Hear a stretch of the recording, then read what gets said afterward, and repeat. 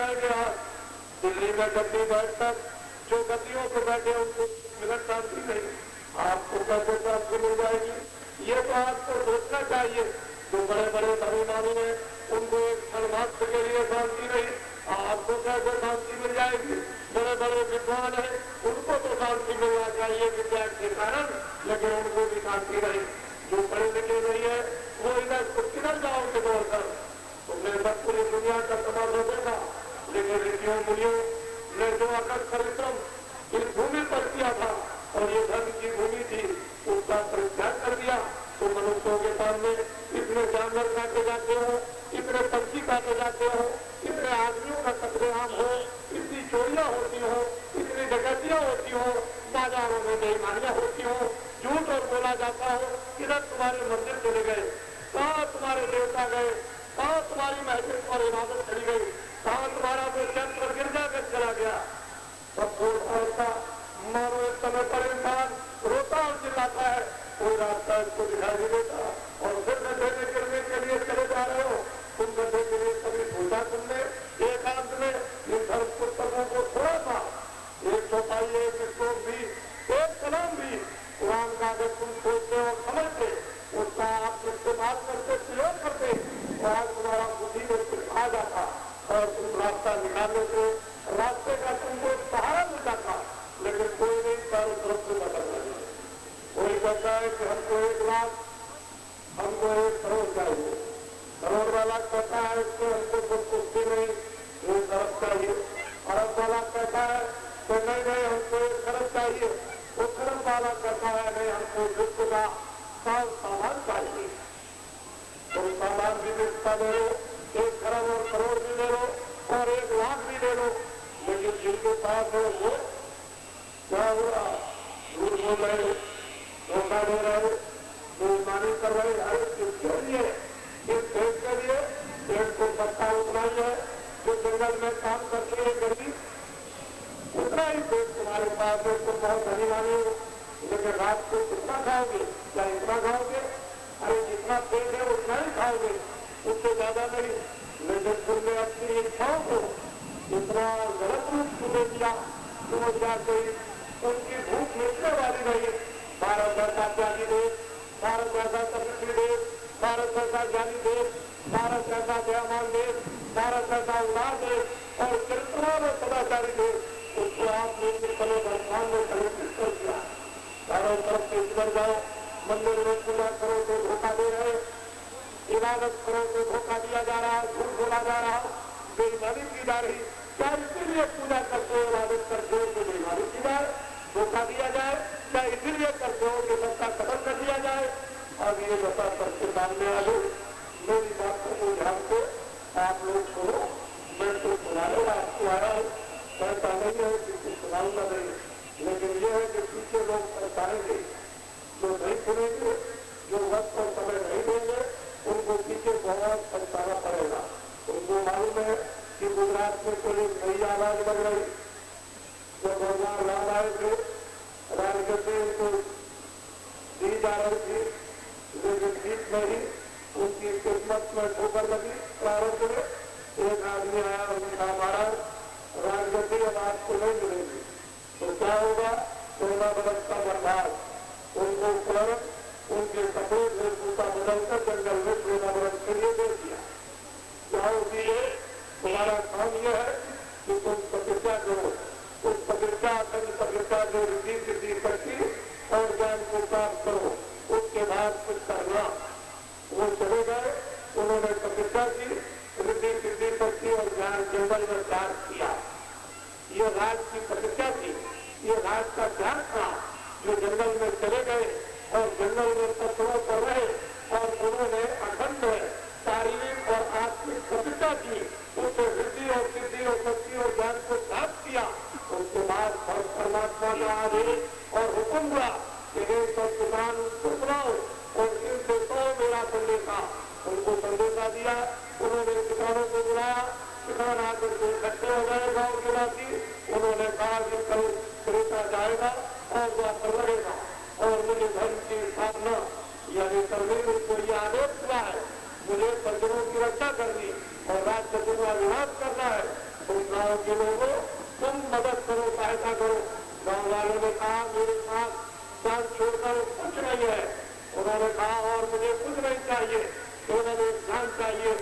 ज्ञान का संकल्प लेकर भगवान राम ने उनको ये मैदान में बैठा कर उनने रीति सिद्धि और शक्ति और ज्ञान को भर दिया। उन्होंने कहा तुम्हारा भी इतिहास बन जाएगा, तुम लोग चल करो धर्म की स्थापना में और सज्जनों की रक्षा में। वो चल करो, कितने राक्षसों का विनाश किया, रामायण को मार दिया, इतिहास बन गया। सब लोग संपन्न सुखी हुए, सब लोग संपन्न आनंदित हुए, सब लोगों को शांति मिली। भौतिक ताकों से लोग गए, परिवार के ताकों से लोग चले गए, राज के काम से छुटकारा हो गया, सब लोग समृद्ध हो गए, सबको भोजन, सबको कपड़े, सबको आदर, सब में सभ्यता और सब में चरित्र और सब में भौतिक बुद्धि का ज्ञान। ये सब लोगों ने आया बड़े दिनों तक अच्छी तरह से ऋषि मुनियों के उपदेशों को जगह जगह पृथ्वी पर होते रहे, सुनते और उस तरह की उपासना और पूजा करके आत्म कल्याण मुक्ति और मोक्ष यानी प्राप्त करते रहे। तब उन्होंने रामायण में लिखा है कि सत्युग योगी सब विज्ञानी। लेकिन जब से समय बदला, आप समय के प्रभाव में बहे और ऋषियों मुनियों से अलग अलग हो गए, तो फिर बुराइयां आपके अंदर आ गई, आपके मन में, आपकी बुद्धि में, आपके चित्त में, आपके अंतःकरण में जो कर्मों की गंदगी आपके ऊपर आई, उसको आत्मा में लग गई और ढक गई और उसको उसका ज्ञान जाता रहा। उसके पश्चात में फिर एक शक्ति आई इसको मारने के लिए और आपने उसको कहा सिर्फ करवा वो बाहर स्वरूप करना वो उसको देवी को सजा हो। वो ऐसे ही उसको और भी बच्चों मार दिए गए, लेकिन वो समय पर आए और वो आते ही उन्होंने जो अपना चमत्कार दिखाया उस योगेश्वर में उसका इतिहास बना हुआ है। लेकिन आपको जानना चाहिए कि ग्वाल बाल उन्होंने भी तपस्या की और ग्वाल बालों को उन्होंने सहयोग के लिए आग्रह किया और जब ग्वाल बालों ने अपनी जान को संकल्प बोल दिया कि जान लेने के, तो वही कृष्ण भगवान ने उन्होंने भगवत पीटा कि वहां पर जाएगा कल लगेगा। तो लोग मदद करो धर्म की स्थापना में, सज्जनों की रक्षा में और दोस्तों के विनाश में। और वही बात लोगों के सामने आई और इतिहास बन गया और काम भी पूरा हो गया, वापस खत्म हो गया, कल बन गया। ये सब कुछ लिखा हुआ, लेकिन बीच समय में अब आपको कोई बोध नहीं है कि किसकी हत्या होनी चाहिए, किसकी नहीं होनी चाहिए, किसकी रक्षा होनी चाहिए, किसकी नहीं होनी चाहिए, किसको मतलब यह है किसके लिए न्याय करना चाहिए, किसके लिए नहीं करना चाहिए। ये सब कुछ आपके सामने कुछ ज्ञानी रह गया, सब सुन हो गया। चिल्लाते सब और कि हमको न्याय मिल जाए, चिल्लाते सब और कि हमारी रक्षा हो जाए, चिल्लाते सब और कि हमको शांति मिल जाए, चिल्लाते सब और कि हमको आनंद मिल जाए। लेकिन उसका अर्थ छूट गया। अब मैं कुछ कहूँगा, मैं तो वैसे देश के अंदर बहुत दिनों से ये काम कर रहा हूँ, सारे देश में जिधर भी जाओगे, चाहे बाबा जी को आपने देखा न हो, लेकिन आपसे नाम को कम से कम सुन लिया होगा और बाबा जी के काम को भी सभी लोग इस वर्तमान समय में मुसलमान जो अपने को कहते हैं बड़े बड़े सब अवगत हैं। अब हमारी बात को अच्छी तरह से समझने की चेष्टा करो। और मैं उस जमाने का आदमी हूँ जब यहाँ सत्याग्रह देश को आजाद करने का नहीं प्रारंभ हुआ था, तब भी यहाँ मैं मौजूद था। मैंने उन आदमियों को देखा, जागीरदार महाराजाओं को देखा, उस प्रजा को हमने देखा। उसके बाद जब ये सत्याग्रह प्रारंभ हुआ कि देश को आजाद होना है, तो मैं उस समय पर यहाँ मौजूद था और 28 वर्ष तक लगभग ये आजादी का कार्यक्रम चलता रहा। 48 में वो गांधी जी को हो गए, 25 साल मुझे अभी देश में और हो गया है और अभी और देखने का समय है। इसलिए मैं उस अनुभव को, इस वर्तमान और आगे आने वाले अनुभव से ये अच्छी तरह से मेरी दृष्टि में ध्यान है। ऐसा मत समझिए कि बाबा जी को कोई अनुभव किसी चीज की जानकारी हो, इसलिए मैं आपको जुमाते कि राजकारण में आपका मन, आपकी बुद्धि, आपकी इच्छाएं सबकी सब फंस गई और राजकारण से आपको शांति नहीं मिल सकती है। फिर ग्रस्त के कारण में जो राजकारण का भूत आपको ऊपर में सवार हो गया, उससे भी आपको शांति नहीं मिलेगी। और जो बाजार कारण आपको ऊपर आया राजकारण का, उससे भी आपको शांति मिलने वाली नहीं। आप यहाँ भी दौड़ोगे, बाजार में भी दौड़ोगे, राज में भी दौड़ोगे, लेकिन शांति मिलने वाली नहीं। ये कहीं न कहीं करके कदम उठाते और सब टूट जाएगा। बाजार छोड़ दोगे, परिवार छोड़ दोगे, राज छोड़ दोगे, जितनी जरूरत जिसकी है, परिवार की जितनी जरूरत है वो काम तो करो, बाजार की जितनी जरूरत है बाजार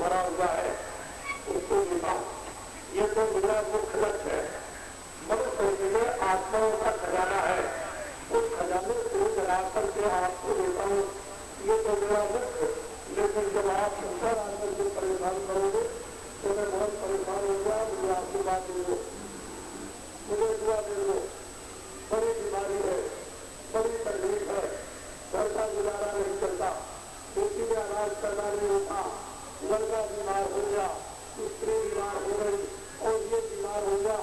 जब आप ये आशीर्वाद पर बुरा मांगते हो तो मैं भी बहुत परेशान हो जाता हूँ कि तुमको तो अपने आत्म कल्याण के लिए प्रार्थना करना चाहिए था, तो सीधे चले आते कि मेरा आत्म कल्याण होता, मुझे मुक्ति और हो। लेकिन मैं ये कहना चाहता हूँ कि आप ऐसा न समझे कि बाबा जी कोई उल्टा कोई उपदेश करने आए। हिंदू मुसलमान सिख ईसाई खेती का दुकान का दफ्तर का काम पहले करो। ये महात्माओं ने जो व्यवस्था बनाकर के आपको व्यवस्थापन में दी है उसका पहले पालन करो, पूरा निभाओ। ये दायित्व है, जिम्मेदारी है, कर्तव्य है। खेती की दुकान की दफ्तर किया, शाम को जो कुछ भी लेकर के आए अपने बच्चों की सेवा की, जिससे आपके मस्तक पर कोई कलंक न लग जाए, इस दायित्व को, इस जिम्मेदारी को पहले निभाओ सबके साथ। जब ये समझ लो कि मैंने ईमानदारी मेहनत के साथ दुकान रखकर खेती की, शाम को आए प्रेम के साथ बच्चों की सेवा की, जिससे घर भी ठीक जाए।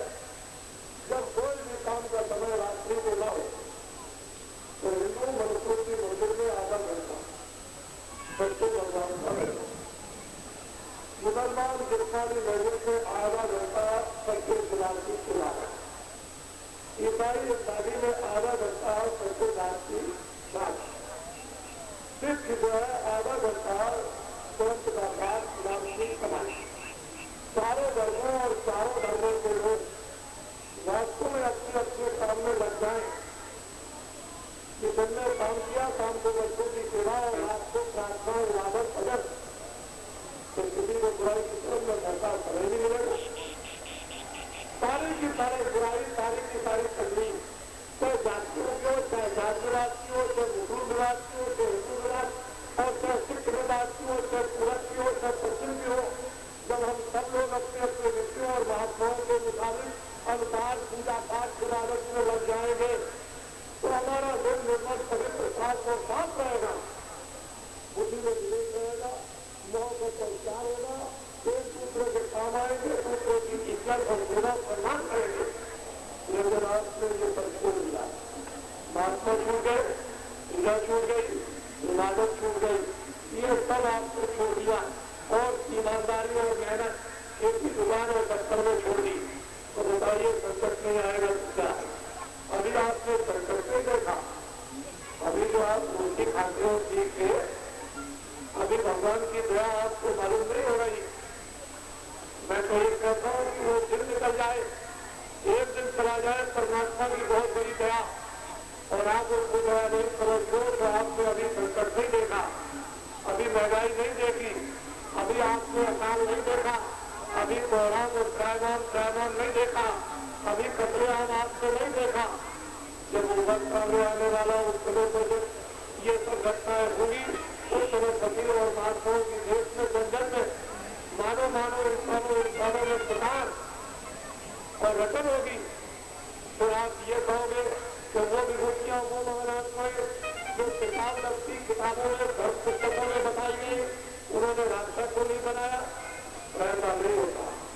जुगे जुगे वो आते रहते, वो भेजता रहता, वो परम पिता परमात्मा कभी भी गर्भ में नहीं आता, अपनी एक जीवात्मा को भूमंडल पर अपने बोध में अपने ज्ञान में भेज देता है और वो आकर के आपको उसका कर देता।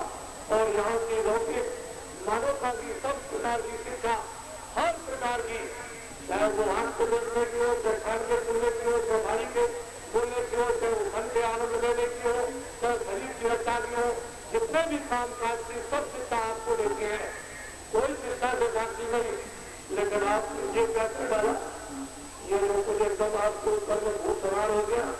ये हमारा देश था, जब ये कहा गया था कि दूध की नदियां बहेगी, हम लोगों को इतना ही सोचना चाहिए था कि किताबों में लिखा है भारतवर्ष में दूध की नदियां बहती थी, ये सबको घरों में सबको खाने को मिलता था,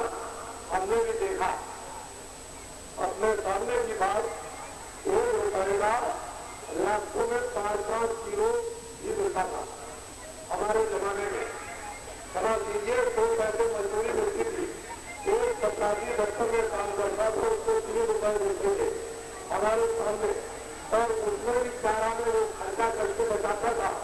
उसके बाद कुछ दिनों के बाद में फिर 4.5 हुए, और उसके बाद में फिर कुछ दिनों के बाद 7 रुपए हुए, और बहुत दिनों पर 7 रुपए प्रवासी को मिलते रहे।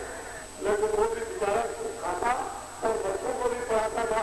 लेकिन अफसोस की बात यह है कि उस समय पर मेरे सामने 1 रुपए का 7 केजी गेहूं, 7 केजी चावल और 7 केजी चना मिलता था मेरे सामने, और एक आदमी उठा के बाजार से नहीं ले जा सकता। लेकिन अब क्या हो गया, इसको आपको सोचना चाहिएगा, इस पर आप विचार करते कम से कम। लेकिन ये बातें सब खत्म हो गई। दूसरी बड़ी वाली बात, ये सब खत्म हो गई। जब क्या हो गया, कितने डोंगे मारे जाते, कितने घर मारे जाते, कितने भैंस मारे जाते, कितनी बगीचा मारी जाती, कितनी भेड़ें मारी जाती, कितने पक्षी मारे जाते, और फिर इस खेत में कितनी सब्जियां, कितने अनाज, कितना गेहूं, कितना मक्खन, कितना तेल, ये सब इसका जो है खत्म हो गया। इसको आपने भूमि बना दिया। जो जात भूमि थी, जो सभ्यता की भूमि थी, जो आदर्श की भूमि थी, जो उसमें तो मकान नहीं थे, मकान थे, लेकिन कितने लोग सच्चे और ईमानदार, और कितने जो है उदास और दानी, और कितने आदर और सत्कार करने वाले, ऐसा उस समय पर भी था। हमने भी उसको देखा है, लोगों की सेवाएं भी देखी है। लेकिन अब हम सड़कों पर कहीं नहीं देखते, जो सड़कों पर रोटी और पानी लेकर के बैठते थे, और कोई भी रास्ते में जाए तो भूखा नहीं जाता था, और दरवाजे पर आकर के आप ठोकर मार देते हो तो ये किधर चला गया। तुम कहोगे पहले अनाज नहीं था, पहले दूध ही नहीं था, ये सब कुछ था, लेकिन तुम्हारे अंदर इनकी हविस, के अंदर में इतनी ज्यादा इच्छा जाग गई कि आप दूसरे को कुछ नहीं जमा करना था, एक प्रवृत्ति लोगों में बन गई। तो इसलिए ये देखिए आप क्या होता है, रोज आप सुनते हो अपने कानून को कि वनस्पति सुअर की चर्बी बनाई जा रही है। कभी कभी पूछना पड़ता है जो मुसलमान तेरे यहाँ तो सुअर की चर्बी मौजूद थी, लेकिन वनस्पति थी तो खा लिया तो गाय खाता। अगर ये समझता कि गाय जायज है तो उसको तो खाता रहता, लेकिन सुअर की चर्बी क्यों खाई? क्या तेरी इबादत कबूल होगी? बुरा गया मोहम्मद साहब क्या तेरी तरफ से कोई दवाई देंगे? अरे भाई तुमको तो गाय की चर्बी नहीं खानी चाहिए थी, तुम सुअर की चर्बी खाते रहते, लेकिन तुमने गाय की चर्बी कैसे खा ली? तुम बैठ करके रात को दिन मंदिर में पूजा करते रहो, प्रार्थना करते रहो, लेकिन एक मिनट की बात कभी आपको विचार में कभी लेते कुछ नहीं है, सब खत्म हो गया। तुम रोते और चिल्लाते हो, और तुम ही राजा बनाते हो, और तुम ही रोते और चिल्लाते हो, तुम ही ये काम करते हो। तुमको नहीं मालूम कि जब राजा राज करते हो तो जो भी पाप करते थे राजा, वो प्रजा के ऊपर नहीं करता था। जो प्रजा पाप करती थी वो प्रजा को पाप लगता था, राजा का किया हुआ पाप प्रजा को नहीं लगता था। लेकिन जब तुमको यह अधिकार दिया और राज को समाप्त कर दिया, पूजा कराया और आपको अधिकार दे दिया कि आप इसको चाहो राजा बना दो, तो आपने सोच के समझ के क्यों नहीं राजा बनाया कि कौन अच्छा काम करेगा, कौन बुरा काम करेगा? आपने आंख बंद करके शोर मचा राजा बना दिया, और राजा ने बड़े बड़े पाप किए और कराए। तो उसका पाप किया वो तुम पर बना, और जो आपने पाप किया वो तुम पर बना। तो दोनों पापों के भेद आपको कैसे पाप की मिलेगी, कैसे आराम मिलेगा? हम इन चारों तरफ से देख रहे हैं, जीवन की वास्तविकता क्या है वो कुछ और है, काम क्या है कुछ और है, मानवता क्या है कुछ और है, लेकिन मनुष्य की दूसरी शिक्षाएं ये बिल्कुल विपरीत हो गई। और ये सब के सब हो रहे नौजवान आदमी बच्चे तो महाराज जी आशीर्वाद दे दीजिए, तो वही क्या चाहते हो? लगे डिग्री है, ज्ञान है, शक्ति है, काम नहीं मिलता, नौकरी नहीं मिलती, किसान युद्ध आते हैं, ये कर्मचारी आते हैं, रोते महाराज आशीर्वाद दे दीजिए, दया कर दीजिए, दुआ दे दीजिए। जब तुमको क्या हो गया, इतनी बीमार, और फिर इतना वेतन नहीं मिलता है कि महीना पूरा हो जाए। ये यूँ रोते हैं, ये बेचारे दुकानदार जो है ये कहते हैं हमारा क्या हो गया, मुझे भी दया कर दीजिए, बड़ी परेशानी है दुकानदारी में और व्यापार में। चारों तरफ से हिंदू और मुसलमान ये सब कर रहा। जब मैं लोगों को कहता हूँ कि भाई तुम्हारे प्रयोग करते हुए गरीबी हम दूर कर देंगे, ये तो गांधी जी का नारा था, हमने भी पूरा था। उन्होंने कहा था कि मेरे देश में ये जो तुम फटे कपड़े पहनते हो, मेरे देश में जब मेरा राज आ जाएगा तो कोई भी आदमी खराब नहीं किएगा, तुम्हारे सब बाल बच्चों को खाना और कपड़ा मिलने लगेगा। एक ही बात पूछी कि कोई शराब नहीं पिएगा अगर गांधी के अगुवाई बनते, वास्तव में गांधी के आज्ञाकारी बनते, गांधी के भागवा बन जाते, गांधी के सिद्धांतों को मानते, तो देश में एक ही काम कर देते, किसी को शराब नहीं पीने देते। तुमने ये कभी सोचा नहीं कि एक शराब के पीने से जितनी बुराइयां कि जो शराब पीता उसका धन और धर्म दोनों चला गया, जो शराब पीता घर में वर्षों में स्त्री में लड़ाई झगड़ा करता है, पड़ोस पड़ोस में झगड़ा करता है, जो शराब पीता झूठ बोलता, धोखा देता, बेईमानी करता, चोरी करता और कत्ल करता है, ये शराब ने सारे देश को बराबर कर दे और सारे देश की ईमानदारी को खत्म कर दिया। और ये तमाम तरह के कत्ल हो रहे 36 साल के अंदर करोड़ों आदमी बेमौत बेगुनाह यानी मार दिए गए। उसका लेखा जोखा अरे इंसान का शरीर को बड़ी प्रतिष्ठा के भाग मिलता, कलयुग त्रेता द्वापर कलयुग चारों लोगों में प्रतिष्ठा कीजिए और खुद जब जमा हो जाए तो मदद बड़ी मिलता है। और जरा खुद काम देते हो आज इसका क्या होगा? उसमें बड़े बड़े नर्स कितना प्रकार से कितने नाम के खर्च बनाए, बड़े बड़े शासक जो यहाँ पर सारे देश में अखंड हुकूमत और राज करते थे, वो नर्सों में कैसे पीछे जा रहे। वहाँ कोई भी सुनने वाला नहीं, लाखों मील उनके रोने की आवाज आती है। जब वो लोग कितने बड़े बड़े राजा पिट रहे, उन नर्सों में जलाए जा रहे, उन नर्सों में काटे जा रहे, उन नर्सों में सड़ाए जा रहे और कोई बीमारी वहाँ नहीं जा रहा धन दौलत, तो आपको बच्चा कौन पूछेगा? आपके पास क्या है जो आपको पूछेगा? तुम्हें बात पूछो। मैं दोनों तरफ की बात आपको सुनाऊंगा, इधर की उधर, मानवता मानवधर्म और आध्यात्मिक है, उसको दोनों तरफ सुनाऊंगा। हम जानते हैं अच्छी तरह से कि आप में क्या बीमारी है। बीमारी की दवा माताओं विपाकों कई मिलेगी नहीं, वो जो तुम सोच रहे हो वो दिल्ली में और अहमदाबाद में मिल जाएगी बीमारी की दवा, वो मिलने वाली नहीं। तुम सब चले जाओ अहमदाबाद और सब के सब तुम दिल्ली चले जाओ और लोकसभा में बैठ जाओ जाकर, लेकिन बच्चा बीमारी की दवा मिलने वाली नहीं। ये तो लोकसभा में वहाँ तुम रोज रेडियो अखबार पर सुन रहे हो तो वहाँ जुतियां चलती है, चप्पल चलती है, हंगामा होता है, गाली गलौज होता है, तुमसे भी ज्यादा वहाँ हो रहा। तुम अगर सोच रहे हो कि चलो मैं वहाँ चला जाऊंगा तो वहाँ ये मिलने वाली चीज नहीं। तुमको लौट के अपनी जगह आना है, जगह छूट गई है, स्थान छूट गया, वो महात्माओं का महान शक्तियों का स्थान छूट गया, उनके पास सारा छूट गया, उनका उदय छूट गया, उनका ज्ञान छूट गया, अच्छाई बुराई की पहचान छूट गई। उन सबसे बचता है चाहते हो दिल्ली छोड़ा होता वहां, अगर तो पूरा का पूरा जामनगर ये सब अहमदाबाद में चला जाए तो क्या उसको मिल जाएगा? कभी नहीं मिल सकता है। कहीं भी चले जाइए, क्या ये पूरे जामनगर की एक आदमी को संपत्ति दे दी जाए, उसको मिल जाएगा? नहीं मिलेगा, उसका शक्ति नहीं जाएगा, उसकी बीमारी नहीं जाएगी, उसकी अमृत नहीं जाएगी, उसकी चिंता नहीं जाएगी।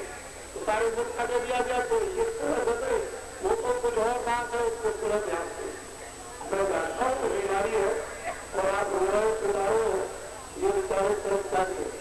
अगर मैं इधर से शुरू करूँ तो हो जाए। ये नौजवान है, पहले तो आप मुझे देखें, मेरे पास कोई बच्चा नहीं, कोई भी जाति बच्चा नहीं है जिसके लिए मैं वो करूंगा, जिसके लिए मनता करूंगा, झूठ बोलूंगा, धोखा दूंगा, बेईमानी करूंगा, चोरी करूंगा, नहीं करूंगा या रिश्वत लूंगा। मेरे पास कोई बच्चा नहीं। मेरे पास तो जो कुछ भी है ये जो बैठे और खड़े ये बच्चे या मैं इनका बच्चा हो जाए मेरे बच्चे, मोटी बात को अच्छी तरह से समझ दो तो ये बच्चों की तरफ से शुरू कर दो तो समझ जाए। क्योंकि 1 करोड़ स्कूल के बच्चे निकलते हैं 1 साल में, यानी 3 साल के अंदर, 2 साल के अंदर में मतलब 2 करोड़ बच्चे 3 वर्ष के अंदर निकल जाते हैं। 1 लाख को नौकरी इंडिया में डाल देता है। ये मैंने झगड़ा नहीं होगा तो क्या होगा?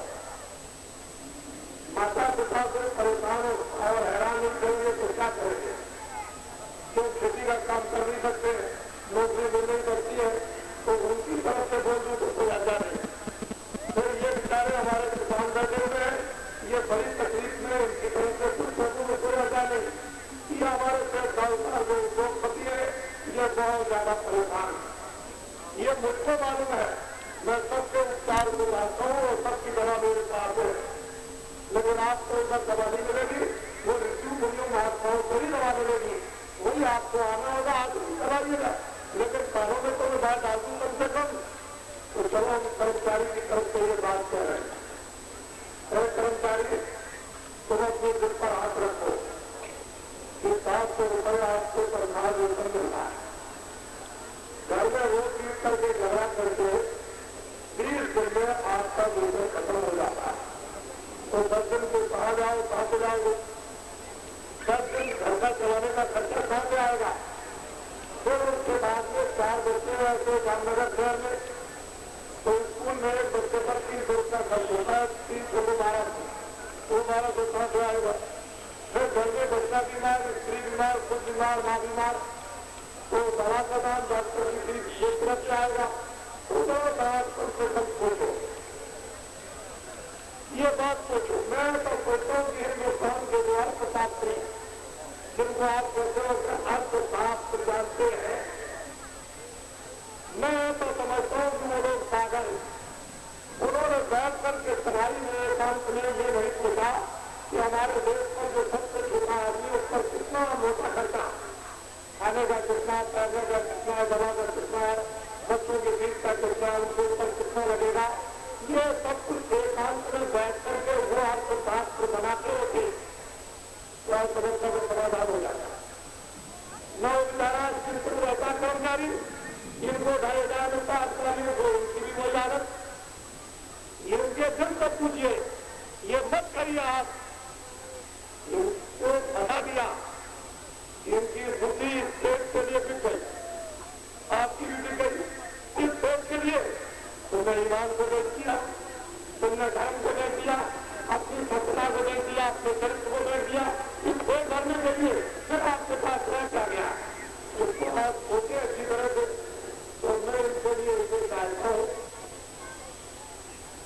कि कर्मचारी अधिकारी किसी भी दफ्तर में काम करते हो, उससे मुझे मतलब नहीं, तत्पर होना चाहिए। कर्मचारी अधिकारी जिनकी 50, जिनकी 55, जिनकी 58 की सर्वोच्च नौकरी, ये खत्म कर दिया, इनको काट दिया जाए। 50 साल की नौकरी, 55 साल की नौकरी, 58 साल की नौकरी कर्मचारी अधिकारी की खत्म कर दी जाए और क्या किया जाए? सीधी 60 साल। कितने साल की? 60 साल की कर दी। याद रखना, कितने साल की? 60 साल। बड़े ध्यान से मेरी बात को सुन ले। जब ये रिटायरमेंट पूरा 60 में इनका आ जाए समय, उसी दिन दफ्तर में कागज रखा हुआ बड़ा तैयार हो, जो सूची आपकी कितनी, कागज फंड कितना और पेंशन कितनी, जब रजिस्टर का रिटायरमेंट का दफ्तर करने जाए तो 1,000 को पकड़ा दिया जाए। 10 साल की जरूरत नहीं, 5 साल की जरूरत नहीं कि अभी ग्रेजुटी नहीं मिलेगी, कागज फंड नहीं मिलेगा, अभी पेंशन नहीं मिलेगी, इसकी कोई जरूरत नहीं। ये चिंतन ये दफ्तर करेंगे कार्रवाई का, उसी दिन लिफाफा इनको मिल जाए, और लिफाफा अगर न दिया जाए तो बराबर इनकी नौकरी चालू है। जब जिस दिन जिस तारीख को ये लिफाफा दे दें, पेंशन का, ग्रेजुटी का, पेंशन का, उसी दिन वो इसको दस्तखत करा के चाहिए। मैं दिल से ये चाहता हूँ, मेरी बात को पूरी की अच्छी तरह से। ये बेचारे नौजवान जो ये भटक रहे हैं इधर उधर जो सहारे, इनको क्या दिया गया? खिताब। तुम गुंडे हो, तुम बदमाश हो, तुम तहसील हो, तुम ये हो, तुम शराबी हो, तुम चोर हो, तुम कत्ल करने वाले, तुम फैक्ट्री चलाने वाले, तुम दुकान चलाने वाले, तुम स्कूल खोलने वाले, तुम खुलता लूटने वाले, जो ये खिताब यहाँ पर लिख दिया। और ये सारे देश में कहा जाता है कि नौजवान कुछ नहीं कर सकता, ये बताया गया, ये खिताब दे दिया। और जिसके पास डिग्री, जिसके पास ज्ञान, जिसके पास शक्ति, उसको रेडियो बोला, उसको अखबार बोला कि नौजवान कुछ नहीं कर सकते। तो ये बैठ करके आपने कभी कि जिनके पास डिग्री, जिनके पास ज्ञान, जिनके पास शक्ति, वो इतने बड़ी जनशक्ति, उसका दुरुपयोग भारत में हो रहा। डिग्री का, ज्ञान का, शक्ति का दुरुपयोग भारत में हो रहा, इसका विकास कैसे हो सकेगा?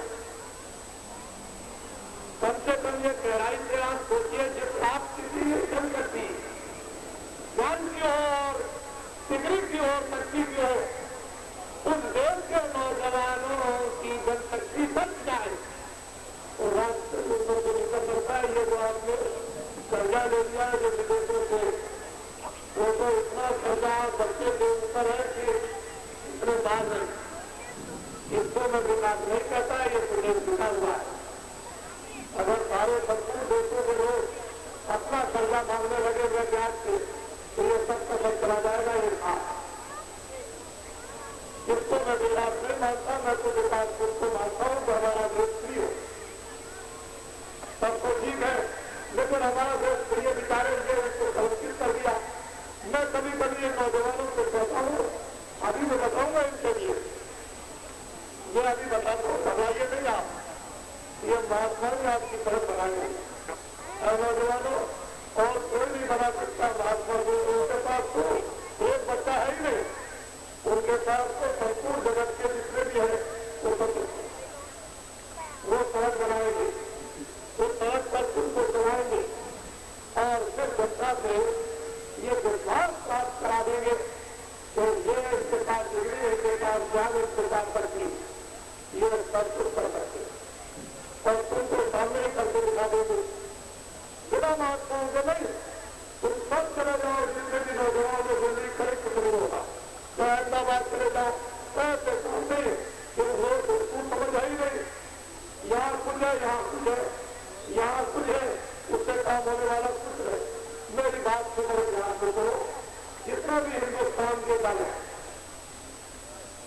जितना भी हिंदुस्तान में दल है राजनीति, उन दलों के जितने भी एमएलए, एमपी, राज्यपाल, राज्यसभा के सदस्य, इससे हमें कोई मतलब नहीं। जितने भी दल है, इसका मतलब ये है, जितने भी दल है, उन दलों के जितने भी एमएलए और एमपी और राज्यपाल और राज्यसभा के सदस्य, जिसकी उम्र 60 पूरी हो गई, वो पूरा कर लो और जितना सरकार के लग जाए वो सबके साथ स्वास्थ्य इस्तीफा देते रिटायर हो जाए। कर्मचारी अधिकारी साथ में रिटायर होकर से इनको मौका मिल जाए और उसके बाद में एमएलए एमपी 60 को पूरा करके और जिनका 70 दिन लग जाए, रिटायर हो जाए, उसको मौका मिल जाए। बड़े ध्यान से आप सुनिए, मेरी साथ से बहुत ऊपर हुआ है, मेरा बिल्कुल अंदर आने वालों में तो सभी खत्म हो गए, ताकि आप पर कोई ध्यान न रह जाए। मैं साथ से बहुत सुनता हूँ, मेरा नंबर लगने वाला नहीं ट्रेन में, इसको आप ध्यान में रखिए। ये बेचारे हमारे दुकानदार उद्योगपति, क्षमा करना, नाराज मत होना मेरी बात पर। एक आदमी आया, उसने निकाली एक रसीद और बताया तो ये 20,000 तुमको रुपया देना है, रसीद में कर देगी। क्योंकि वो तो करती रह गए, सत्ता डेट आया उन्हें देखो जाए, ये 1 लाख ये करने की रसीद है, अभी लगाओ के आपको तुम दे देना। सत्ता डेट बताया उनका, देखो तुम मुझे देखते हो कि नहीं, समझ लेना अच्छी तरह से। रसीद में 50 लाख उधर से वो सत्ता कहा कि ये जो बड़ा कारखाना बड़ी आमदनी है, तो मुझको देखते हो 1 करोड़ रुपया संदेह का योगी दे, नहीं तुम्हारे यहाँ छापा पड़ जाएगा, तुम्हारे यहाँ मतलब यह है कि तुम्हारा लाइसेंस तक हो जाएगा, तुम्हारी फैक्ट्री में हड़ताल कर दिया जाएगा। इस तरह जो फंस रहेगा वो बेचारा उद्योगपति और देश का उधार जो दुकानदारी करता था, और कितनी रिश्वत, कितनी घूस चली गई, इतनी रिश्वत, इतनी घूस, अरबों खरबों रुपया इन दुकानदारों विचारों से, और ये लेकर के चले गए दिल्ली। ये वजह है कि अब क्या करें, कोई साल वस्तुओं की दिल्ली, अब ये सोचे क्या करूं, वेतन चला जाएगा, छापा पड़ जाएगा, कारखाना बंद हो जाएगा, हड़ताल हो जाएगी, बड़ा नुकसान हो जाएगा। ये बेचारा क्या करेगा जी? आखिर अंतिम बच्चा भारत की आबादी कितनी है किसी ने बताई? 100 करोड़ की। भारत की आबादी इस समय आज ये 29 अगस्त और 1984 मैं जामनगर में बोला हूं, आज 100 करोड़ की आबादी हिंदुस्तान की है। अगर किसी को भी हिंदुस्तान के इस जनसंख्या में गणना करनी है तो आइडेंटिटी कार्ड को आप जारी कर दीजिए। 5 आदमी 100 करोड़ से ऊपर निकलेंगे, 5 पर नहीं निकलेंगे। मैं रेडियो और अखबार के भाषण को नहीं मानता, उसको तो आप ही लोग खुद कहते हो बड़े बड़े जिम्मेदार जो अखबार मिलते हो रेडियो घुसा है, तो मैं उसको कैसे मानूं? मुझे जो कुछ भी दिखाई देता है 100 करोड़ की आबादी, उसमें 85 करोड़ किसान है, सीधे बाकी कर्मचारी अधिकारी और व्यापारी 15 करोड़। अब जब आपने घूम ले ली, रिश्वत ले लिया, अरबों खरबों रुपए इनसे चढ़ा के ले लिए, तो बेचारे क्या करें? क्या करें? उसका क्या दोष है? जब देखा लेकर के चले गए और देखा कि ये आवाज धीरे धीरे खुलने लगे, तो वहां दिल्ली में जाकर के, अहमदाबाद में जाकर के जोर से लोगों ने बोला, देश के किसानों, हिंदुस्तान का ये व्यापारी और उद्योगपति बड़ा चोर डकैत है और मिलावट करता है, ये लीजिए। अरे हमारे देश का व्यापारी और उद्योगपति कभी चोर नहीं है, ये तो सावधान था। हमने वो जमाना देखा इनका, लेकिन आपने इनको कह दिया चोर है और डकैत है और मिलावट करता है। ये नहीं सोचा कि मेरे अरबों रुपया घूम का संदेह कर दिया। अब ये क्या करे? तो बाजार की चीजें सब महंगी, जितनी चीजें बाजार में बिकती है सब महंगी, और बहुत संख्या के लोग किसान जो बाजार में खरीदे आए तो फूल पौधे की कमाई महंगाई में चली गई। वो बेचारों का जो माल खेतों में सगा वो सस्ता रहा, उसमें चला गया। देश का किसान किस तरह से बेचारा भूखा और चिल्लाता है, और अधिकारी ये बेचारे ये व्यापारी और उद्योगपति इस तरह से चिल्ला रहे कि आप दया कर दीजिए। एक हमारा मील बंद हो गया, वो चलने लगे। मुंबई में मील बंद, कलकत्ते में मील बंद, अहमदाबाद में मील बंद, कानपुर में मील बंद, इतनी छोटी मोटी ये फैक्ट्रियां कितनी बंद पड़ी हुई है, ये देखने को आता है परेशानी का होता। अरे हमारे देश का उद्योगपति और दुकानदार ये ऐलान करो कानून बनाकर अखबारों में और आप रेडियो पर और उसका दफ्तरों में बेचो कि कोई भी चंदा नहीं लेगा आपको और कोई भूख और रिश्वत नहीं जाएगी। मैं हिंदुस्तान के दुकानदार व्यापारियों पर पूरा विश्वास करता हूँ कि जितनी दुकानों पर चीजें महंगी है, अगर ये घोषणा हो जाए कि चंदा नहीं दिया जाएगा, रिश्वत नहीं ली जाएगी, तो ये सारे के सारे दुकानदार हिंदुस्तान के मिलकर आधी कीमत को आधी कर रहे हैं। हमको पूरा विश्वास है। हम ये बात बता देते हैं, हिंदुस्तान का कोई करने वाला मुझको नहीं खरीद सकता, मुझे नहीं कोई खरीद सकता, इसको आप ध्यान में रखिए। पहले मुझे देखिए, मेरे देश पूरा को देखिए। मुझको कोई खरीदने वाला भारत में पैदा नहीं हुआ कि जिससे मुझे खरीदने स्वयं में तो कोई ले जाओ, लेकिन इससे कोई नहीं खरीद सकता।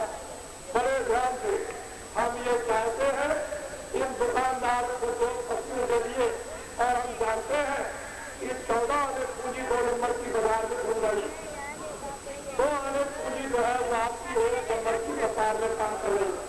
एक ऐसा कानून बनाकर कर दिया जाए कि 1 लाख व्यापारी कमाएगा, 1 साल में 25,000 खजाने में जमा कर देगा, 2 लाख कमाएगा तो 7,000 जमा कर देगा, और 1,40,000 उसको जांच आए, बिजली में चाहे, घर में चाहे, उड़ारी में चाहे, खजाने में चाहे, उसको पूरा अपना वो जांच और रख सकता है बड़े ध्यान के साथ। और जहां से माल बनता है वहां एक बार जो भी आपको टैक्स लगाना है वही टैक्स लगा दीजिए, लेकिन जब उस देश से सामान निकले तो जहां से तस्वीर करा जाए, रास्ते में कोई तस्वीर की कोई जरूरत नहीं, कोई किसी तरह की जरूरत नहीं, और कोई टैक्स नहीं लगना चाहिए। बड़े ध्यान से मेरी बातों को अच्छी तरह से सुनिए। अभी तो आपको कुछ मालूम नहीं, कुछ आप समझते नहीं, कुछ जानते नहीं है। कानून उसका बना दिया जाए कि ऐसा कर दिया जाए, कोई टैक्स नहीं उसके ऊपर में, कोई टैक्स नहीं और कोई सब चार्ज नहीं, इसकी कोई जरूरत, कोई आवश्यकता नहीं है। बड़े ध्यान के साथ मेरी बातों को सुनिए। ये किसान है, खेती का कर्जा, हल्का बैलों का, भैंस का, नाली का, ट्यूबवेल का, ट्रैक्टर का, बीज का और खाद का हिंदुस्तान के किसानों पर जितना भी कर्जा लगा हुआ है 36 साल का, और उसका कर्जा सब का सब एक बार माफ कर दिया जाएगा। आप पूछोगे ये आएगा कहां से? खुद का आप ही के पास अकल है और किसी के पास कोई बुद्धि नहीं है। अभी आपने ये सोचा है कि 2 महीने में आसाम में 1 करोड़ रुपए की संपत्ति का नुकसान हो गया और कल भूकंप आ जाए, दिल्ली और अहमदाबाद डूब जाए, एक भी मकान बाहर न बचे, तो दिल्ली को बनाओगे बताओगे कि नहीं? जब बनाओगे बताओगे तो ये कहां से आएगा, कोई बता सकता है? अगर दिल्ली अहमदाबाद को बनाने बताने के लिए कहीं से रुपया आ सकता है, तो हिंदुस्तान में किसानों का कर्जा उसको माफ कर दिया जाए एक बार, ये भी आ जाएगा। तब किसान जो लोग गया बैठ जाएगा। अभी किसान खड़ा नहीं होगा, ये भाषणबाजी से काम नहीं चलेगा। मैं आपको अभी सब बताऊंगा बड़े ध्यान से। ये हमारे नौजवान बच्चे हैं जिनको नौकरी नहीं मिलेगी, खिलाते रह जाएंगे, ये रोते रह जाएंगे। बच्चों तुमको मिलना नहीं है, तुम्हारे पास डिग्री रखी रहेगी, तुम्हारे पास ज्ञान रखा रहेगा, तुम्हारे पास शक्ति रखी रहेगी, ऐसे नहीं मिलेगा। मैं जब पूछता हूँ किसानों से गरीबी दूर होगी तो सब खिलाते हैं, याद कर रहे हैं। तो उनको तुमको न्याय मिल गया, सवेरे बिल्कुल नहीं मिला। मैं उनसे पूछता हूँ तुम्हारी रक्षा हो रही है तो नहीं हो रही रक्षा। अब ये 3 चीजें जो प्रधान थी, चलो गरीबी को छोड़ दो, लेकिन 2 चीजें आप दे देते, एक न्याय और एक रक्षा। एक आदमी हाईकोर्ट पैसा आ जाएगा, उसके पास में 2 एकड़ जमीन है, यहाँ से समय बर्बाद करके आने जाने का खर्चा, और वहाँ एडवोकेट को 5,000 रुपए देने, सरकारी कर जाएगी, फिर आ जाएगा, फिर जाएगा, उसको न्याय मिलेगा 30 साल की नहीं। बड़े बड़े लायर जो कानून में डूबे हैं सुप्रीम कोर्ट में, बड़े बड़े एडवोकेट जो कानून में डूबे हैं अहमदाबाद हाई कोर्ट में, उनसे पूछा कानून, दिल्ली में एक कानून बड़ा लोकसभा में आया,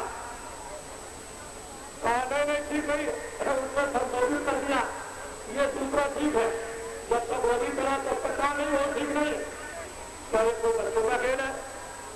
न्यायाधीश पूछते हैं यार भाई वकील एडवोकेट, ये जो आ गया ये सही है कि रस्ते में आ रहा वो सही, कि लोकसभा में जो अभी बोला जा रहा वो सही, चलो ऐसा हम कुछ नहीं जानते। जो बड़े बड़े एडवोकेट नहीं कानून को समझ रहे, उनको पता नहीं जो कानून में जुड़े, ये भारत की 85 करोड़ जनता जो खंडित कर दिया भारत का संविधान, जो बिल्कुल संशोधित कर दिया है और जनता को बिल्कुल नहीं बताया गया, ये बेचारी क्या अपना न्याय करा करेगा? क्या ये रक्षा अपनी इस तरह करिए और इसकी रक्षा करेगा? कानून एक तरह का, मैं आपको विश्वास दिलाता हूँ, मेरी बात को सुबह दूसरा सुबह आप इनको देखिए पहले, ये बताइए कौन सा कपड़ा है? जो तो बोलो संतान है, जिसको कहते हैं जो संतान घोड़ा घूमिया, ये आपके सामने मैं आपको मैं बता रहा हूं, ये 1 करोड़ आदमी इसको कर रहे हैं। 3 महीने की जाएगी थी कि इसको खरीद करके वहां भी मिले और बता करके पहले लोगों 1 साल पूरा हो गया और 1 साल के ऊपर दूसरा 1 महीना होगा। 1 करोड़ आदमी 100 लाख इसको कर रहे हैं। आपके कोई भी बच्चे जिनको पढ़ाया लिखाया उनसे कहो कि बच्चे से मेरे बच्चे पुत्र है, इसको पढ़ने से कोई कुत्ता होता नहीं करता, जिसको आप संतान को पढ़ लो तो बच्चा कहेगा आपके मेरे माँ बाप आप में, और 1 करोड़ आदमी इस संतान को आज इस भौतिक युग में ये कर रहे हैं तो आप आपको सोचना होगा कि जिस आदमी ने 1 करोड़ को संतान करा दिया, इन करोड़ों संतानधारियों को क्या नहीं करा सकता? ये बात क्यों नहीं सोचते? जरूरत तो इसकी पड़ेगी, उसकी जरूरत नहीं पड़ेगी, आपकी भी जरूरत पड़ेगी। और जरूरत पड़ेगी टोपी कर जाएगी, कुर्ता कर जाएगा, नीचे लुंगी और पैजामा कर जाएगा, लंगोटी रह जाएगी। और जरूरत अगर समझूंगा तो ये भी संतान की लंगोटी करा के रात की रखा दूंगा।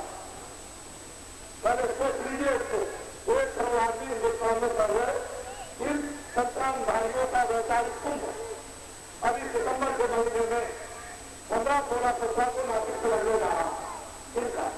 आज जामनगर से 1 मैट्रिक करोड़ उनकी तरफ से 2-4 आदमी होते तो ताकि गलत देख करके जो है ये संतानधारियों का वैचारिक कुंभ ये आपके नासिक में सितंबर के महीने में 15, 16, 17 को लगने जा रहा।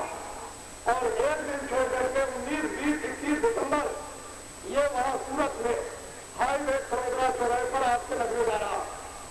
और जरा आकर को देख लीजिए, कम से कम अपनी आंखों के साथ बड़े गांव से ये मैं गांव में इनको भेजूंगा। पहले समझ लीजिए, एक दरखास्त दी है उसके दरबार में इजाजत के लिए कि 1 करोड़ को और इजाजत दे दी जाए, ये सरकार करा दो। 1 करोड़ को कर दिया, 1 करोड़ की और इजाजत करा के मांग रहा हूं। आगे आते ही 1 करोड़ में और करा दूंगा तो 2 करोड़ हो जाएंगे। हिंदुस्तान में रेडियो अखबारों की कोई जरूरत नहीं, सामने सामने बात हो जाएगी। ये जो कुछ करेंगे सब करेंगे, इनको बनाना पड़ेगा, ये दिखाना होगा। इनको बच्चों की फिक्र नहीं होगी, उनकी कोई नई व्यवस्था होगी। ये आपको बच्चा जो समझेंगे तभी काम हो सकता है। ये हिंदुस्तान का कानून जो खंडित कर दिया, जो बदल दिया, संशोधित कर दिया, इसमें कुछ नहीं जान रह गई। सारे हिंदुस्तान का पूरा कानून एक बात समझ कर दोनों के नीचे बैठ के बना दिया जाए, पूरा बदल जाएगा। वो लोकसभा में नहीं, वो गांधीनगर में नहीं, दोनों के नीचे कुछ ही कंपनियों में ये हिंदुस्तान का कानून बदल कर बना दिया जाए। और जनता को इकट्ठा करके जगह जगह करो, जनता को इकट्ठा करके उसको पहले बना के सुना दिया जाए। और सारी जनता, ये सारी प्रजा उसको स्वीकार कर दे कि ये ठीक है, वो समय पर दस्तखत हो जाए, लागू हो जाए। मैं आपको विश्वास दिलाता हूं कि सारा विश्व हिंदुस्तान के संविधान को ले जाएगा उतार कर और अपने मुल्क में जारी कर देगा। ये हमारे भारत की गर्व और गौरव का यह बेहतर है कि चलो दिल्ली कहा गया कि दिल्ली वाले दिल्ली बैठे, तो दिल्ली वाले फिर आपसे दिल्ली मांग रहे, और यहाँ वाले कहते हमको दिल्ली पहुंचा दो, और वाले कहते दिल्ली से काम नहीं होगा। जब तक हिंदुस्तान का पूरा विधान एक तरफ से नहीं बदल दिया जाएगा पेड़ों के नीचे बैठकर, तब तक मैं आपको विश्वास दिलाता हूँ आपको न्याय मिलेगा, आपकी रक्षा देगी, आपकी गरीबी नहीं जाएगी, ये दिक्कतें बंद नहीं होगी, ये चंदे बंद नहीं होंगे, ये सबका जीवन सार्थक हो जाएगा।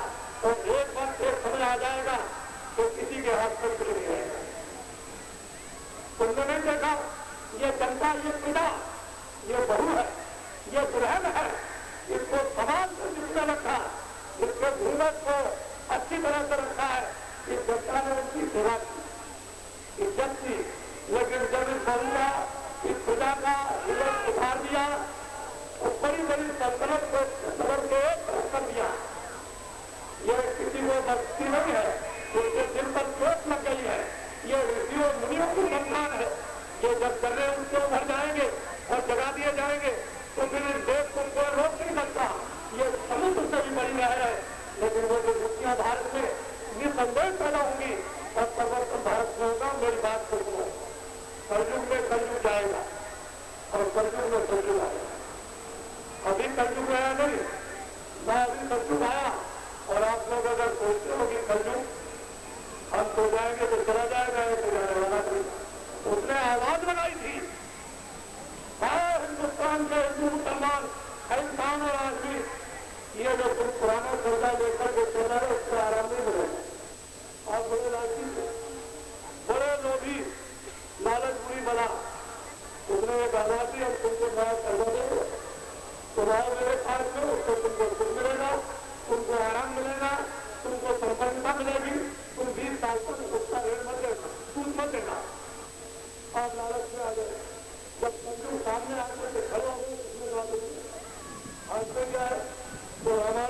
गीता थी, भागवत थी, पुराण थी, मंदिर में जाते हो सब बोलते थे, प्रेम करते थे, सेवा करते थे, औरत करते थे, ये क्या इसको बंद करो। तो गीता फेंक दी, रामायण फेंक दी, सत्य फेंक दिया, गुलाब फेंक दी, पूजा करना फेंक दिया, इबादत करना फेंक दिया और सत्य में साधना करना फेंक दिया। कहा गया आपका जीवन ठीक है, अब उसे हाथ करो।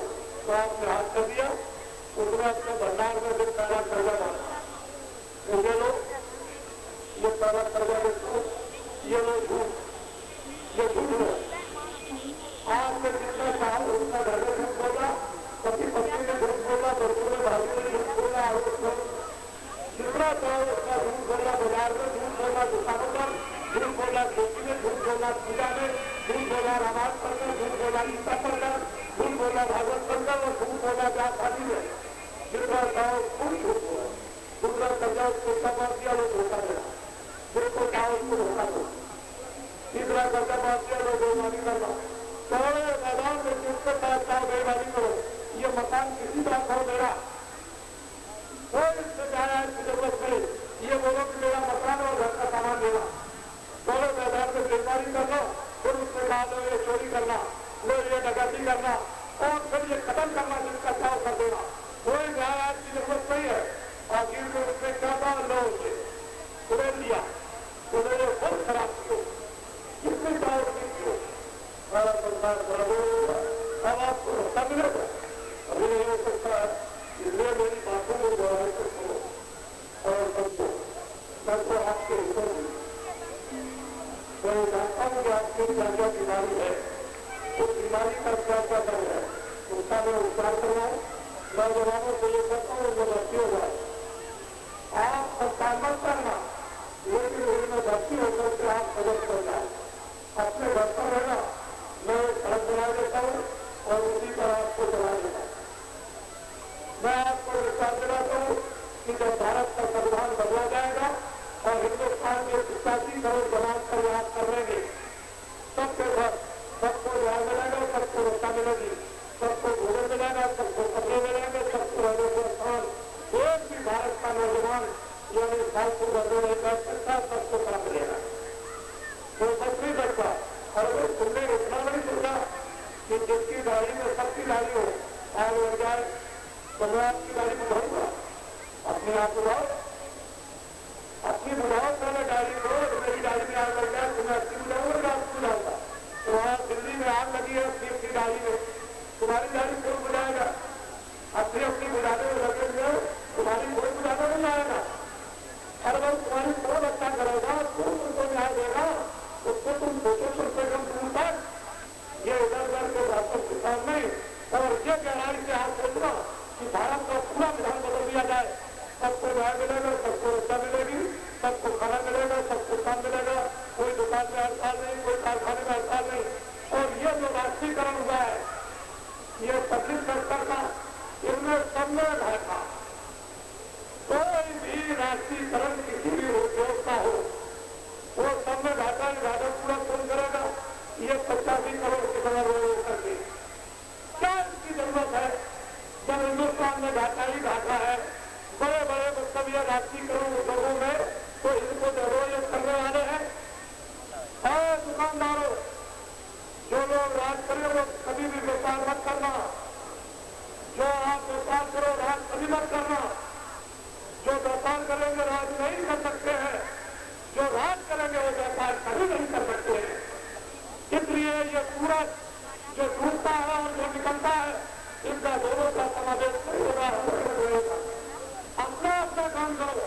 सारे हिन्दुस्तान का जितना भी राष्ट्रीयकरण उद्योगों का किया है, सब इनको देखो, चाहे कारखाने हो, चाहे खुले की खजाने हो, सब इनको दे दो।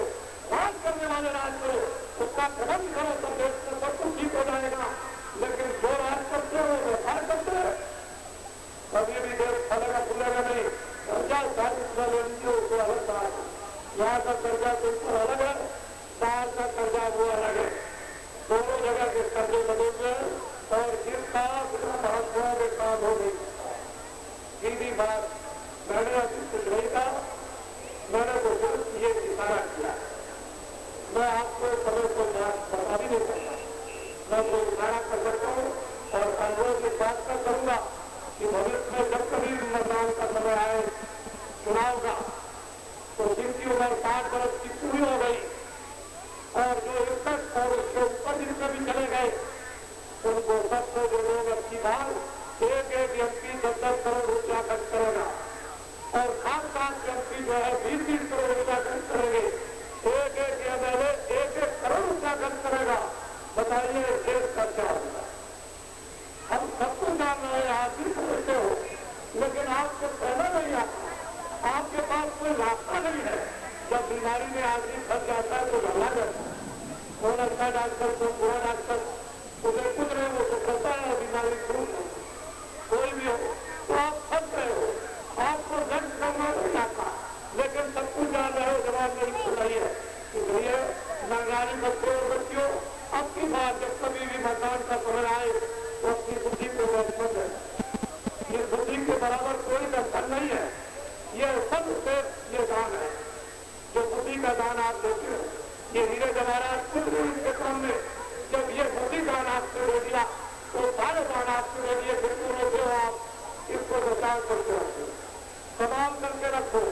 और जिनकी उम्र 60 से ऊपर हो गई हमारे एमपीओं को एक तरफ से सभी दल वालों को निकाल कर घर से कोई तरफ कर दो, एक रास्ता आपके सामने सीधा आएगा, साफ आएगा, तो आपकी समझ में आ जाएगा। जब समझ में आ जाए तो आपको वो बात को सीखी नहीं, वो बात आपने समझी नहीं, आपको वैसी बात हमारा उसमें क्या है, हमको क्या मिलेगा। हम तो ये सोच रहे थे इन देवियों को बताएंगे रास्ता, ये भजन करेंगी, इनको हाथ सुजान होगा, इनको जीते जी फल मिलेगा, इनको जीते जी वैकुंठ मिलेगा, इनको जीते जी भगवान का लीला की तरह से रक्षण होगा। हम सोच रहे थे आपको भी उसी तरह से हो जाएगा, लेकिन उनका भी जीवन गया और आपका भी गया। ये बेचारी चली जाएगी, समय पूरा करके आप इनके साथ जाने वाले नहीं, न आपके पास ले जाने वाली हो। आपको तो ये कुछ पता नहीं है, ये खेल भूल भुलैया है, ये जो कुछ देख रहे हो उसको समझकर इसको देखो और समझ कर इसकी हिफाजत कर लो। इसमें रहने वाले पूरे जगा लेता हो कुछ होगा हो जा रहे होता है। और ये जीवात्मा को नरकों में पहुंचा दिया, उस 84 में आपने इसको डाल दिया उस कारागार में, तो इतना लंबा थोड़ा कारागार है कि वहां तुमको पूछने जाएगा तो कौन तुम्हारी रक्षा करेगा। इसलिए जीवात्मा को ऐसी जगह मत पहुंचा दो तो मनुष्य सभी दुर्भाग्यशाली हो जाए। अरे भाग्यशाली है इसको भाग्यशाली बना दो, ये अच्छी बात है। याद करिए तो ये मैं आपके सामने बताता हूँ, ये मैंने नमूना भारतीयों की बहुत से लोग है, सबको बड़ा करने की जरूरत नहीं है। वह आप इसको कर रहे हैं, इसको ले लिया और आपके सामने सबको बातें आएगी। मैं अभी जब 42 ये प्रशांत राज्यों का कुंभ लगने जा रहा, वहां से जो समर्थन की एक आवाज भारत में जिस तरह से गांधी महात्मा ने एक आवाज लगाई थी, तो एक नई आवाज लगाएगी और जन समर्थन इस भारत के पूरे विधान को बदलने के लिए जनता से प्राप्त कर दिया जाएगा। आप घबराइए नहीं, सबसे पहले जन समर्थन प्राप्त होगा, पंक्तियां उसकी बन जाएगी, लोगों को जगह जगह सुना दी जाएगी, हिंदुस्तान में जब उनको स्वीकार कर लेंगे तब इनके स्वीकार करने पर दस्तखत लागू होगा। कर देंगे 2-4 आदमी, 2-4 तो आदमी बना के अपनी इच्छा से और कानून अपने मतलब के लिए, ये कानून 2-4 से आदमी का ही कुछ कम लोगों को फायदा, लेकिन आम जनता के मूल्य का कोई इससे लाभ नहीं है। वो तो सब लोग चले जा रहे हैं, जितने भी अधिकारी और कर्मचारी अपने अपने एक फादर पर जिले और प्रांत में, तो आपका गाँव चलेगा नहीं, गाँव में सब व्यवस्था चलेगी। बात कोई सिपाही नहीं रहे, जब राजाओं के राज में गाँव में कोई सिपाही नहीं था, बड़े बड़े गाँव में कोई सिपाही नहीं था, तो जब रास्ता काम नहीं करता था तो तरह से जनता सब अपने अपने नियंत्रण में सबकी बदलती सब प्रबंध कर लेती थी। लेकिन जब आपने दूसरों के ऊपर प्रबंध डाल दिया और आप खुद नहीं करना चाहते हो, तभी तो प्रबंध करता और समाज का बिगड़ गया। आप खुद अपने आप जिम्मेदारी दो और फिर से व्यवस्था छोटी में शुरू कर दो और बड़ी व्यवस्था ठीक हो जाएगी। तो जन समर्थन की बड़ी जरूरत की आवश्यकता है, बचाव करने से काम नहीं होगा। अपने हाथों से आप देखिए 19-20-21 को तो सूरत में और 15-16-17 सितंबर को आप देखिए आज करके बातचीत में, वो भी सितंबर में वो पहले और ये बात आज जरा देख लोगे जब पूरे सूरत में जाओ या अहमदाबाद आओ चले आओ, जब मैं जाऊँ तो थोड़ा सा आगे चले आओ, अपनी आंखों से देख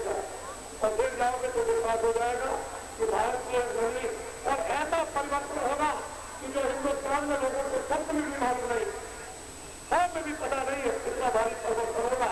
ये बात को आप अच्छी तरह से सोचिए। मैंने अभी सुनी था और मैं कुछ ये चाहता हूँ, ये लोग आए इसका लेकर आज लोग कोई भगवान का भजन करोगे, बोलो भगवान का भजन करोगे, कई ध्यान से करो तो आपको अमूल चीजें ये कैसे से नहीं मिलता। जब उसकी कृपा होगी, उसकी क्या होगी तो आप नौ होने का भी हिम्मत नहीं देता। ये जमीन को सर हाथ से दो और भी नहीं मिलेगा जमीन उसकी दया कितना होगी मंदिरों महात्माओं का, और जब उसकी दया हो जाएगी महात्माओं पर तब आपको ये संपत्ति, ये धन, ये दौलत, ये रूहानियत का खजाना पूरी जीवात्माओं की संपत्ति सब मिलती है। तो ये समझो आज कि भगवान की मेरे ऊपर दया होगी और इस दया को आप, मैं जानता हूं कि आपको लेना नहीं आता, ये भी मैं समझता हूं कि मैं देखूं तो आपको रखना नहीं आता, लेकिन मैं अपनी सरकार को छोड़ू, जो मुझे आदेश हुआ है उसको मैं रखा दूं। अब न रख सको ये आपकी मर्जी की बात, न ले सको तो और जानो, लेकिन यह है कि वर्षा हो गई और बीज खा रहेगा और जब वो वर्ष आएगा समय आएगा तो ये बीज देगा तो ये काम आएगा। तो महात्मा को जिस उद्देश्य से लगे रहते हैं वो अपना उद्देश्य पूरा करते हैं। इसलिए अनुभव जीत लीजिए, वो राजकारण की बात अलग है, ये अलग चीज है। ये मत समझिए कि मैं पूरा कर मैं भाई बोलता हूँ नहीं, मैं दोनों तरफ किधर भी आपको हर तरह करवा दूँ और उधर का भी आपको हर तरह करवा दूँ, ये नहीं कि सभी पहुंचा दो और जब भी पहुंचा दो दोनों तरफ तो आप राष्ट्रिक संपत्ति आत्माओं का हित, भगवान का सच्चा नाम, सच्चा रूप, सच्चा आत्मा, मैं अभी आपको ये देता हूँ और वो चीज ये आप ले लीजिए और सब लोग जो खड़े होते हो, जो बैठे हो बैठे रहो, जो मैं भगवान का नाम बोलूंगा सब लोग एक साथ में बोलना। आपकी आवाज धीरे धीरे मेरे कानों तक आनी चाहिए ताकि मैं ये समझूं कि आप भगवान के नाम का अच्छे को उच्चारण कर रहे हो कि नहीं। इसलिए आपकी आवाज मेरे कानों पर धीरे धीरे आए। जो नाम मैं बोलूंगा आप बोलना, जब मैं चुप हो जाऊंगा तो आप चुप हो जाना। अब आप बोलिएगा जो आपको बताया, जो दिल्ली के लोकसभा है जहां आप सेवा करते हैं उसके अंदर का कितना खर्चा है कभी आपने सुना? 1 मिनट में 1 लाख। दिल्ली की लोकसभा के अंदर खर्चा बाहर का नहीं, 1 मिनट में 1 लाख, 7 मिनट में 7 लाख, 8 घंटे में 5 करोड़, 1 महीने में 1 करोड़ 50 करोड़ और 12 महीने में 18 लाख। हिंदुस्तान के रेलवे और पोस्ट ऑफिस कारखाना आमदनी का इसमें 2 अरब 1 अरब की होता है, इसमें मुनाफे का नहीं होता। इतना खर्चा कौन देगा? कोई प्राइम मिनिस्टर, कोई मुख्यमंत्री देगा, ये सब 85 करोड़ किसानों को देगा। ऐसे 1000 खर्चे मैं आपको बता दूं, आपकी बुद्धि बिल्कुल पागल हो जाए कि देश का क्या होगा, धर्म का क्या होगा, कर्म का क्या होगा, आत्मा का क्या होगा, ये हो क्या जाएगा। अरे तुम आत्मा को रखने गिरा रहे हो, अपनी जिम्मेदारी को लेकर गिरा दे रहे हो, उधर भले डालो, उधर तो बहुत कुछ है, वो तो जब तुम छोड़ोगे तब तुमको बताऊंगा। अभी तो उसकी जरूरत नहीं है, अभी तो केवल इशारा करने की जरूरत है। अब ये बताओ आप कि हमने कुछ बुरा तो नहीं कहा, बोलिए आप नहीं कहा, ये बताइए सबसे मन से कि हमने किसी की आलोचना तो नहीं की। सब लोग बोलो आलोचना तो नहीं की, नहीं की। ये बात किसी की आलोचना नहीं, मर्ज बता दो, मर्ज की दवा दो। आलोचना करने लगे उसकी आलोचना की, उसकी आलोचना से कम होने वालों जब 7 बरस से ऊपर बुद्धि हो जाती है तो हमने देखा अपनी आंखों से 2 आदमी मंत्री जी को कुर्सी पे बैठा दो, 2 आदमी उठाते, आप ऐसे ऐसे करता है और मंत्री जी है, उनसे पूछा जाता है कि आपने अखबारों में ये वक्तव्य दिया, तो मंत्री जी ने क्या कहा कि आपने ये वक्तव्य दिया, तो लगे हमने विकास का लगा अखबार में आया, चले अखबार खुलता है, तो रेडियो पर तो आ गया, चले रेडियो में खुलता है। और इतने देश में नौजवान, ये देखिए इतनी नौजवान, अरे देश में काम करने वाला कोई नहीं है। जब जिनकी बुद्धि भूल जाए, कानों पर सुनाई देना, हाथ पैर से उठा न जाए, उससे आता करते हो कि देश प्रदर्शन करना। लानत है आपकी जिंदगी पर, ऐसे सितारों पर कि तुम सब कुछ होते हुए और आता रखते हो। घर में अपने माँ बाप बूढ़े हो जाते हैं, वो कोई काम नहीं कर सकते, वो ऐसा है कि सितारा क्या करे तो इतनी लोग लालच हो गए, कुर्सी पर बोले 5,000 मेरी भी खबर, कोई दिल्ली में रह जाए। ये छोड़ दो इसको, इससे शादी होगा। 60 साल 50 साल की उम्र में अपने बच्चे को 8-5 साल पढ़ा देते थे, उसी के साथ पूजा का काम करो, हमको नहीं होगा। इसी तरह से हिंदुस्तान के लोगों को, इन नौजवानों को आना चाहिए लेकर रखना। ये नहीं कि कलम कलम या कलम कलम करेंगे, आप अपना कलम से हो सकते हो कम करेंगे। जब आप भर्ती हो जाओगे कम हो देंगे और हम फिर बात करा देंगे। हम तो आपकी तरफ से है, बिल्कुल तैयार है, लेकिन आप कहोगे कि नहीं हम कलम करके आप बोलेंगे तो अपना कलम रात नहीं हो सकते, वो आपको चलता नहीं है। इसलिए बातों को ध्यान दें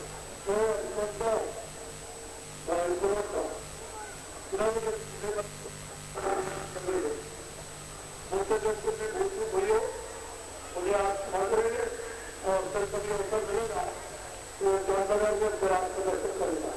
मैं तो छोटा आदमी है, कोई महात्मा नहीं, आपका सेवक है और हमें तो आपकी सेवा करूंगा, बाहर से अंदर से सकता है। हमको तो चाहिए कि आपका कल्याण होगा। हमको अपने अंतिम इच्छा आपके साथ जोड़ रखते हैं, वो सरकार को